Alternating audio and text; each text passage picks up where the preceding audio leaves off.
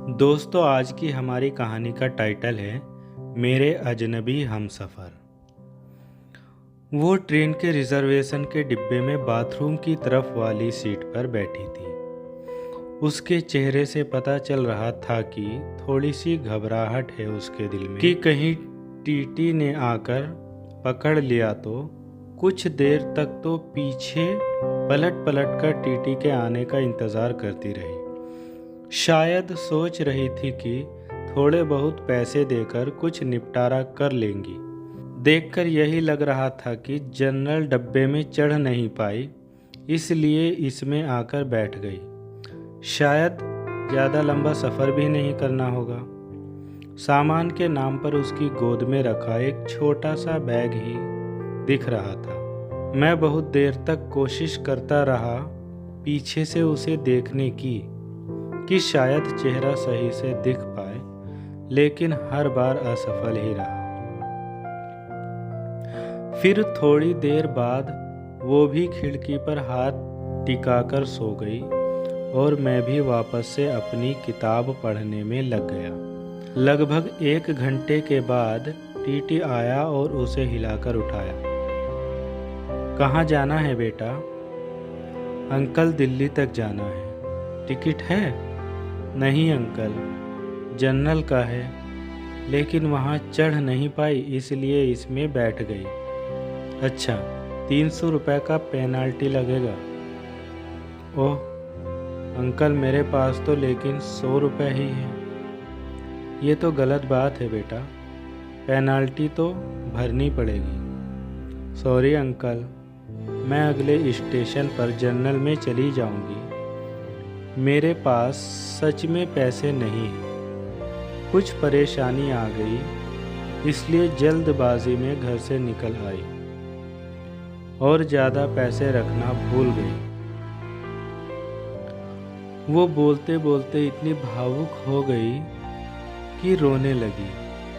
TT ने उसे माफ़ किया और 100 रुपये में उसे दिल्ली तक उस डिब्बे में बैठने की परमिशन दे दी। टीटी के जाते ही उसने अपने आंसू पोंछे और इधर उधर देखा कि कहीं कोई उसकी ओर देखकर हंस तो नहीं रहा था। थोड़ी देर बाद उसने किसी को फ़ोन लगाया और कहा कि उसके पास बिल्कुल भी पैसे नहीं बचे हैं।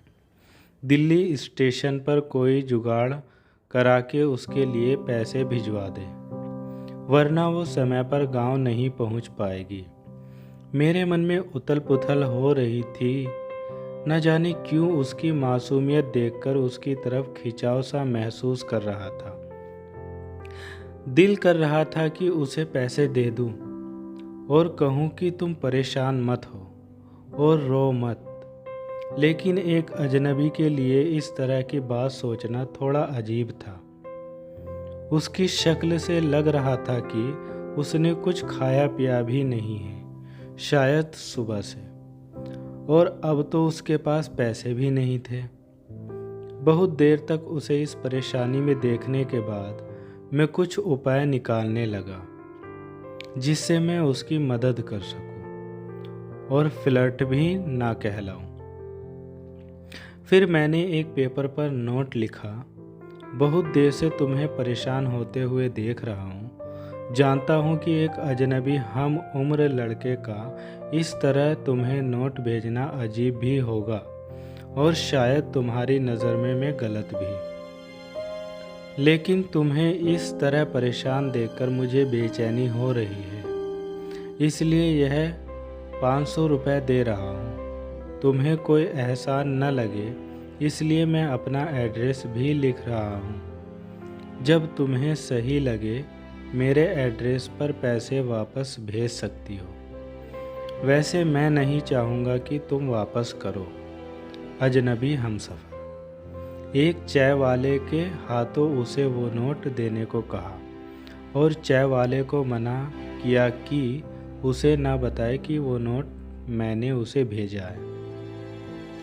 नोट मिलते ही उसने 2-3 बार पीछे पलटकर देखा कि कोई उसकी तरफ देखता हुआ नज़र आए तो उसे पता लग जाएगा कि किसने भेजा।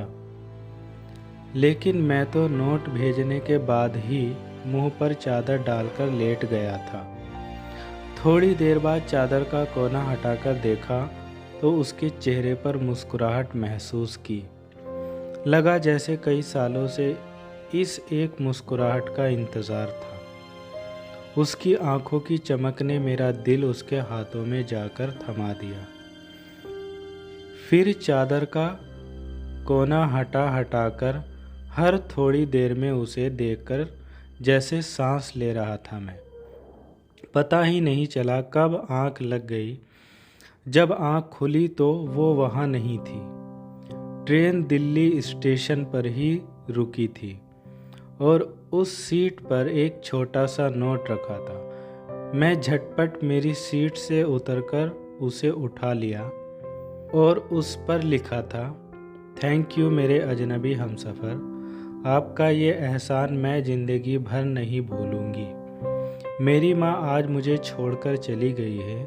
घर में मेरे अलावा और कोई नहीं है, इसलिए आनन फानन में घर जा रही हूँ। आज आपके इन पैसों से मैं अपनी माँ को शमशान जाने से पहले एक बार देख पाऊँगी। उनकी बीमारी की वजह से उनकी मौत के बाद उन्हें ज़्यादा देर घर में नहीं रखा जा सकता। आज से मैं आपकी कर्जदार हूँ। जल्द ही आपके पैसे लौटा दूँगी। उस दिन से उसकी वो आंखें और वो मुस्कुराहट जैसे मेरे जीने की वजह है। हर रोज़ पोस्टमैन से पूछता था, शायद किसी दिन उसका कोई ख़त आ जाए।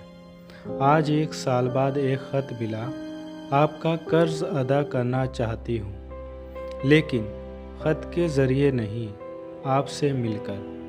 नीचे मिलने की जगह का पता लिखा था और आखिर में लिखा था, तुम्हारी अजनबी हमसफ़र। दोस्तों, आपको ये कहानी कैसी लगी हमें कमेंट बॉक्स में ज़रूर बताइए और प्लीज़ मेरे चैनल को लाइक सब्सक्राइब ज़रूर कर लीजिए। Thank you so much.